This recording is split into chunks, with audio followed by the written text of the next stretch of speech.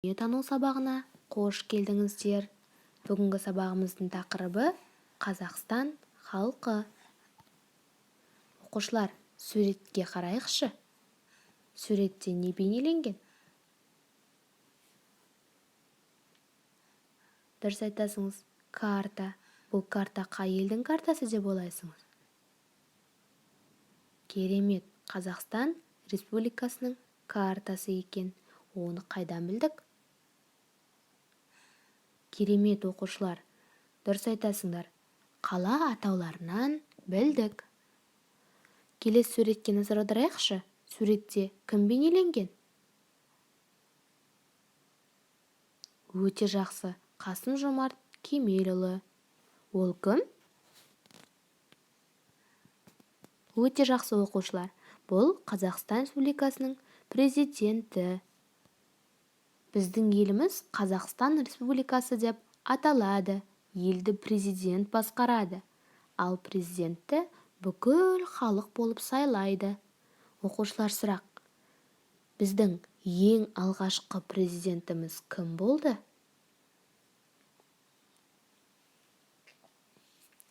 Өте жақсы, оқушылар. Нұрсұлтан Әбішұлы Назарбаев болды. Дұрыс айтасыңдар.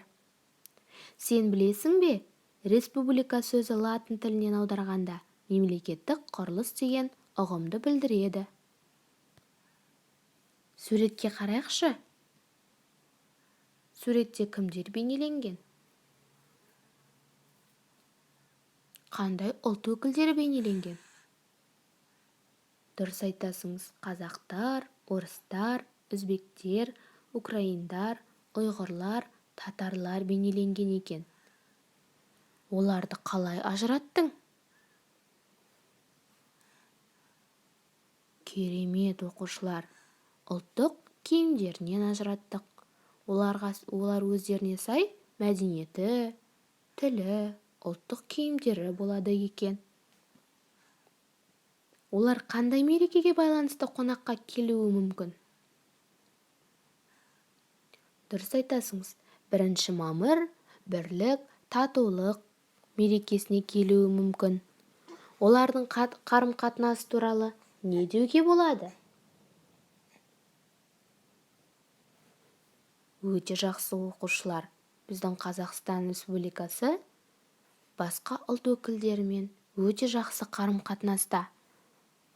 Басқа ұлт өкілдерімен тату, тәтті бір шаңырақта, яғни бір Қазақстан Республикасында өмір сүріп жатыр. Қазақстанда көп ұлт пен ұлыстың өкілдері тұратынын білесің. Олардың саны 130-дан асады. Біздің Қазақстан халқы басқа ұлт өкілдерімен өте жақсы қарым-қатынаста. Біздің Қазақстан халқы қонақжай халық болғандықтан, әр ұлт өкілдеріне есігі әрдайым ашық.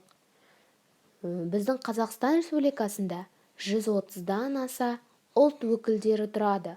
Оларға украиндар, орыстар, Әзірбайжан, ұйғырлар, тәжіктер, түркмендер, тағы да басқа көптеген 130-дан аса ұлт өкілдері өмір сүріп жатыр.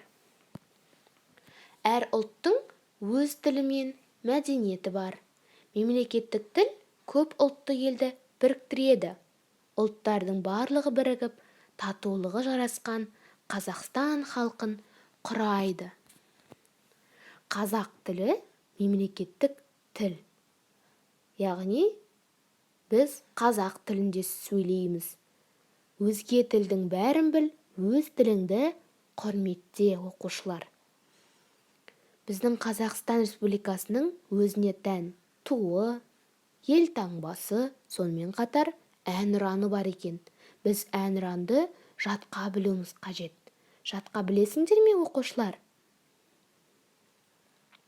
Керемет, бәріңіз жатқа білесіз деген ойдамын. Біздің еліміз 1 мамыр күні Қазақстан халықтарының бірлігі мерекесін тойлайды. Бұл өзара достық пен сыйластық мерекесі. Қазақстан көп ұлтты халықтардың береке бірлігі мен татулығын қалайтын ел.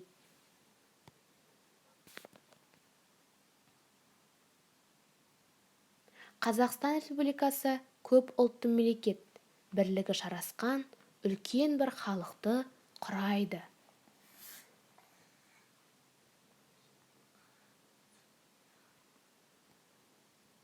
Қазақстанда тұратын көп ұлт өкілдері олар орыс, өзбек, украин, ұйғыр, татар, қазақ.